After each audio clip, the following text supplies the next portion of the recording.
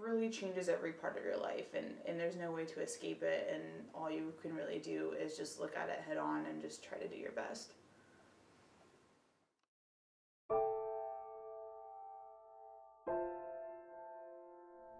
Out of the 365 days a year, most are insignificant.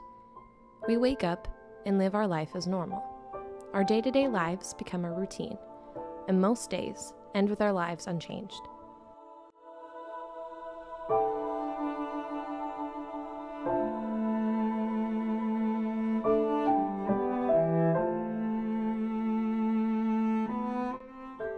But what happens when something or someone changes the course of our life? In the span of a few minutes, our daily regimen is transformed forever. Sometimes the change is good, but sometimes the change can give us the hardest and most traumatizing experience. We don't realize it then, but this one day out of the thousands we will live for the rest of our lives changes everything.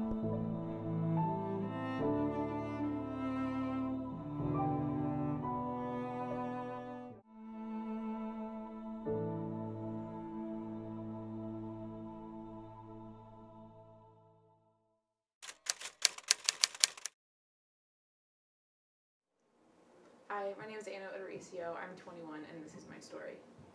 An average day, those are hard to come by. An average day is different each day. Before, it was getting up extremely early and going to class and taking notes and going to clinical and doing nursing things and studying for lab and all that. And now it's kind of just, going to therapy and trying to keep my head on straight most of the day, and there's fun times here and there, but an average day, a good day, is getting through the day without crying or being sad or having any kind of triggers happen. But a good day is just when I can get my head above water. Prior to my assault, it was kind of like it was my life, but it wasn't really mine, and it was kind of like something I'd read in a book once a long time ago, or something that someone had told me. I was kind of in a weird stage because I had just graduated from high school and I just started nursing, and I was at the wrong school, and a lot of the people that I was hanging out with was just not really a good fit. But of course, like any other time in your life, you have fun, and then you have good days and bad days, and but it was just weird because before the assault, it was kind of I found myself in a series of events that almost tumbled down and led to that event, and it was almost like I could see something bad coming, but I didn't quite know what it was. There was a sense of being, and just a sense of self-worth, and my mentality was completely different, and it's not that I'm afraid now, but there's a definite difference with how I was before and how I almost felt like I'd been untouched, and I still had my strength, and it was, I could kind of go against the world and hit the ground and still know that I could still get up again, and I'd be fine. I remember it was a weekend, and it had been kind of a weird night. I had just gotten into a fight with my girlfriend at the time, and I wanted to go out and have fun with friends, and so I went to a friend's house of mine, and everyone was drinking, of course, and it wasn't crazy, it wasn't a rave, it wasn't, this massive wild party, but, there were probably 10 people there, maybe, maybe a few more, a few less. And I remember, having a good time, and I knew the guy that lived there, and I met him and his brother a few times. And I remember towards the end of the night, everything was winding down, and I'd only had probably 3 beers at most at that point.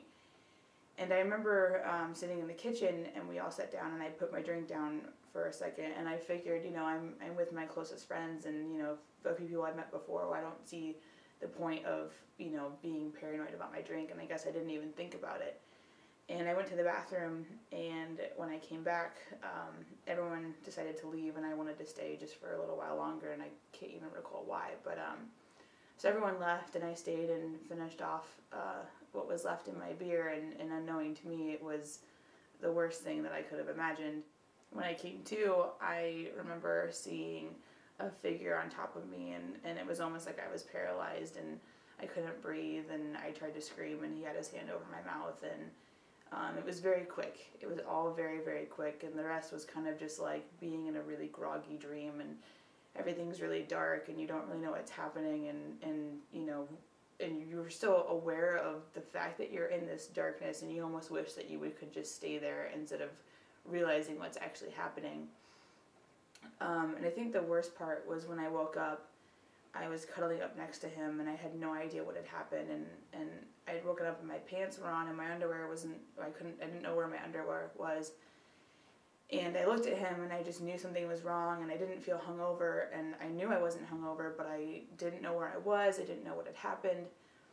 And so I got up and went out into the kitchen and got a glass of water, and I just sat there and tried to remember what had happened the night before, and I just told him that I had to leave.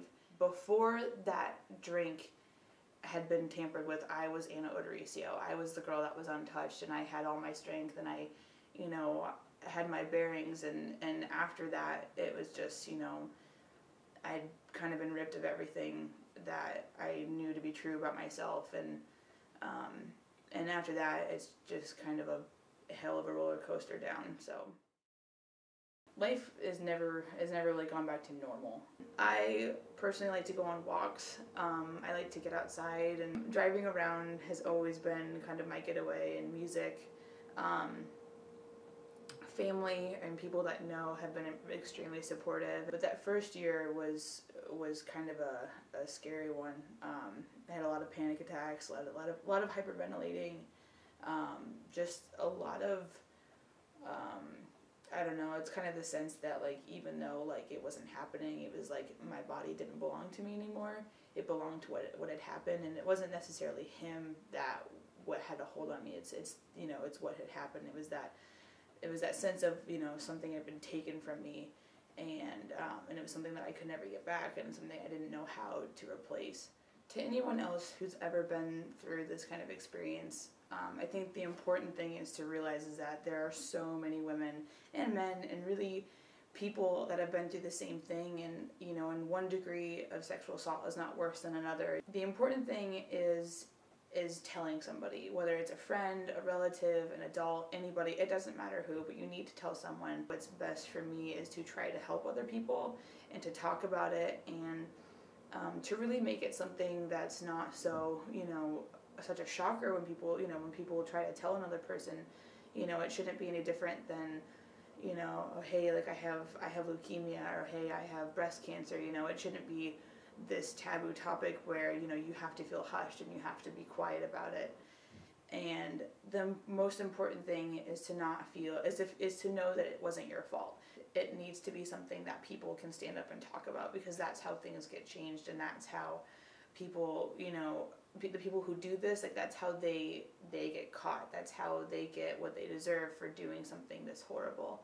You shouldn't have to be afraid to walk down your street, and you shouldn't have to be afraid to go anywhere or to do anything as a woman or as a person in general. And I just, you know, you know, there's so many important things to stress about it, but just know that you're not alone, and that there are people out there that can help you, and if you have the strength to say something about it, you'll get better. It takes a long time, and it takes a lot of bad days and a lot of good days, and you know, a lot of work, but I think that if I'm still standing here almost 2 years later, you know, then I feel like anyone can make it through it.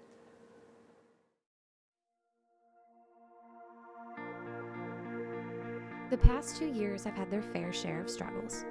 Yet, while Anna's experience will live in her day-to-day life forever, she won't give up. Being a victim of sexual assault has opened the door for Anna to help others going through the same experience, and it has allowed her to speak out in hopes of changing the way society views this taboo topic. She hopes to see a day where rape victims will no longer live in fear of speaking out on their experience, and will stop being blamed for them as well. Only time will tell. But for now, Anna can lift her head up and will live each day no longer silenced. It doesn't matter whether you're gay or straight, or you're in a relationship, or you're bi, or you're single, or you're drinking, or you're sober as an ox. It does not matter who you are, what your gender is, what your relation is to this other person. It is never okay. As much as this event has, you know, kind of consumed my life over these past few years, and as much as it has kind of, you know, taken me to a different stage of life, it will always be a part of me. There will always be something that I'll have to fight, and I can still have a happy life, and I can still, you know, go throughout my day and not, you know, and not think about it and not be reminded of it. And you know, and I think that's important to hold on to. It's like, just because it's really bad now, it doesn't mean it always will be. And I just know that with time